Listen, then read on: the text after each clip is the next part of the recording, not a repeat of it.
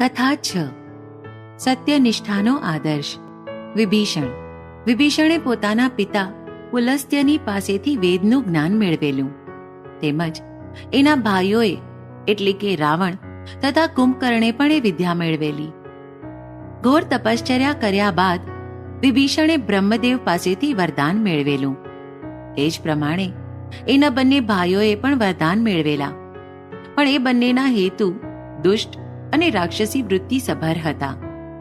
વિભીષણે વિદ્યા અને વરદાનનો ઉપયોગ પોતાનો ઉદ્ધાર ઉન્નતિ કરવા કર્યો, જ્યારે એના બંને ભાઈઓએ પૃથ્વીને જીતીને એના પર રાજ કરવા તથા લૂંટફાટ કરવા માટે એનો ઉપયોગ કર્યો. શૂર્પણખા શ્રી રામની ફરિયાદ લઈને રાવણ પાસે ગઈ, ત્યારે ઘટેલી ઘટના સાંભળી તથા પોતાની બેનની દશા જોઈને એ ધુઆપુઆ થઈ ઉઠ્યો અને પોતે શ્રી રામનો વધ કરવા નીકળી પડ્યો. ત્યારે એના અકંપન નામના મંત્રીએ કહ્યું, મહારાજ, રામ જેવા કુશળ યોદ્ધાને યુદ્ધમાં કોઈ જ હરાવી શકે એમ નથી, અને એનો ભાઈ લક્ષ્મણ પણ એની જેમ પરાક્રમી છે. તમે એક કામ કરી શકો. શૂર્પણખાએ વર્ણન કર્યા મુજબ એ ત્રિભુવન સુંદરી શ્રી રામની ધર્મ પત્નીનું યુક્તિથી હરણ કરો, તો એ એના વિયોગના દુઃખથી એની મેળે જ મરી જશે. વિભીષણે આવી સલાહ આપતા અકંપનને રોકવા પ્રયત્ન કર્યો, પણ રાવણને તો આ વાત બહુ જ ગમી ગઈ.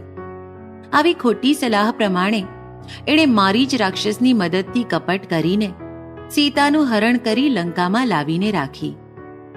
રાવણના એક પાપ કર્મો એણે સમજાવી પાછા વાળવાના બહુ જ પ્રયત્ન કર્યા, પણ એકે વાત રાવણના ગળે ઉતરી જ નહીં. સીતા માતાનું હરણ કરીને તો રાવણે પોતાના પાપ કર્મમાં વધારો કર્યો હતો. આવું કૃત્ય જોઈને વિભીષણને અતિશય દુઃખ થયું હતું. રાક્ષસોના ગુપ્તચરો શ્રી રામના વિશે કોઈ સમાચાર લાવતા એ સાંભળીને એના મનમાં શ્રી રામ વિશે સ્નેહભાવ નિર્માણ થવા લાગ્યો હતો. એ પોતે પહેલાથી જ સાત્વિક વૃત્તિવાળો વિષ્ણુ ભક્ત હતો. એને રાવણના આવા વર્તનથી લંકાનો નાશ થશે એવી આગાહી થવા માંડેલી. હનુમાનની સાથે મૈત્રી થયા બાદ એના મનને થોડીક શાંતિ થઈ હતી. અશાંતિ અને અરાજકતાના કાળમાં આશાના કિરણો દેખાવા લાગેલા. હનુમાનને કબજામાં કરીને ઇન્દ્રજીત એને દરબારમાં જ્યારે લાવ્યો, ત્યારે વિભીષણ પણ ત્યાં જ હતો. હનુમાનનું જડબાતોડ સ્પષ્ટ ભાષણ સાંભળીને રાવણ વધુ ક્રોધિત થયો અને એને મારી નાખવાનો હુકમ આપ્યો. એ સાંભળીને વિભીષણે એને કહ્યું, તો પછી જે પૂંછડી ઉપર આ વાંદરાને બહુ જ અભિમાન છે, એ પૂંછડીને જ સળગાવી નાખો. હનુમાનની પૂંછડીને આગ લગાડતા જ એણે પૂરી લંકાને બાળી નાખી. બધે હાહાકાર મચી ગયો. શ્રી રામ પોતાની વાનર સેના લઈને લંકા તરફ આવી રહ્યાના સમાચાર દૂત વડે રાવણને મળતા જ તેણે પોતે એક સભાનું આયોજન કર્યું. હનુમાન એકલો હોવા છતાંય એણે આપણી લંકા બાળી નાખી અને કેટલાય રાક્ષસોને મારી નાખ્યા. હવે એ પોતે વાંદરાઓના પૂરા સૈન્ય સાથે લંકા પર ચડી આવ્યો છે, તો હવે મારે શું કરવું તે મને કહો. રાક્ષસોએ રાવણને કહ્યું, તમે નાહક ચિંતા કરો છો. તમારા જેવો પરાક્રમી બીજો કોઈ છે જ નહીં. તમે ઇન્દ્રનો યુદ્ધમાં પરાભવ કર્યો છે. આવી નાની બાબતની ચિંતા તમે ના કરો. તમે સહેલાઈથી રામને મારી શકશો. પછી તો બધાય રાક્ષસો એક પછી એક મોટી મોટી વાતો કરવા માંડ્યા.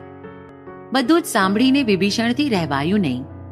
એ નમ્રતાપૂર્વક હાથ જોડીને રાવણની સમક્ષ જઈને ઊભો રહી ગયો અને કહ્યું, રામ અને એની વાનરોની સેનાને આ રીતે તમે તુચ્છ ગણી રહ્યા છો, એ કંઈ બરાબર નથી. શત્રુ પક્ષની શક્તિનો અંદાજ લીધા વગર પોતાની કુમારીમાં રહેવાથી આપણે નાશને આમંત્રણ આપી રહ્યા છીએ. હું તમને સાચી સલાહ આપું છું કે તમે રામને એમની સીતા પાછી સોંપી દો. ધર્મનો આદર અને આચરણ કરવાવાળા રામ હંમેશા યુદ્ધમાં અજેય છે.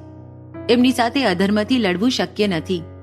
રાવણ, હું તારો ભાઈ એ નાતાથી તને આ સલાહ આપું છું કે તું આ અધર્મનો માર્ગ ત્યાગી દે ને ધર્મને અપનાવી સીતારામને સોંપી દે. મને કશાનો ડર નથી. બધા જ દેવો મળીને રામની મદદે દોડી જાય તોય રામ મારી સામે એક સૂકા પાંદડાની જેમ છે.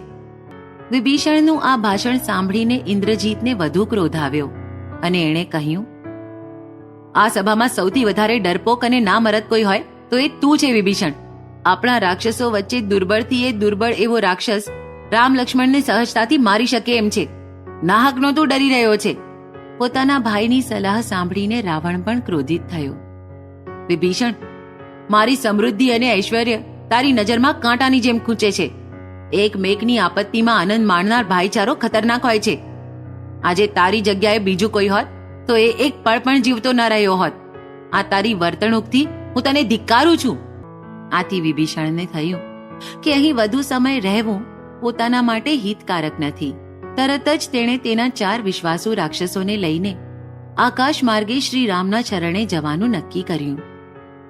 સેતુ બાંધવાનું કામ જોરદાર ચાલી રહ્યું હતું. ત્યાં જ વિભીષણે આવીને સુગ્રીવને કહ્યું, મેં રાવણને ધર્મમય જીવન જીવવાનું કહ્યું અને સીતા માતાને શ્રી રામને હવાલે કરવાની સલાહ આપતા જ રાવણે મારું અપમાન કર્યું. મીઠું બોલવાવાળા તો ઘણાય મળી રહે, પરંતુ કડવું સત્ય જેનાથી કોઈનું કલ્યાણ થાય એવું બોલવાવાળા અને સાંભળવાવાળા બહુ જ ઓછા હોય છે. કારણ કે જેનો કાળ નજીક આવ્યો હોય એવા પુરુષો આપ્તજનની હિતકારક સલાહ નથી સાંભળતા.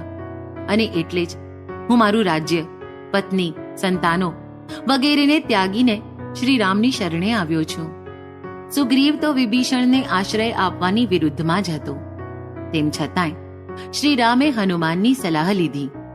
એણે જવાબ આપ્યો, મારા મનમાં જે છે તે હું સ્પષ્ટ રીતે કહીશ. વિભીષણ વિશે મને જરાય શંકા નથી. એનામાં મને જરાય કપટ કે દુષ્ટપણું લાગતા નથી. એમને આપણા સમૂહમાં સ્વીકારી લો. આ સાંભળીને શ્રી રામે વિભીષણને અભય વરદાન આપ્યું. એના બદલામાં વિભીષણે અણમોલ સલાહ આપી, જેથી શ્રી રામને યુદ્ધમાં વિજય પ્રાપ્ત થયો.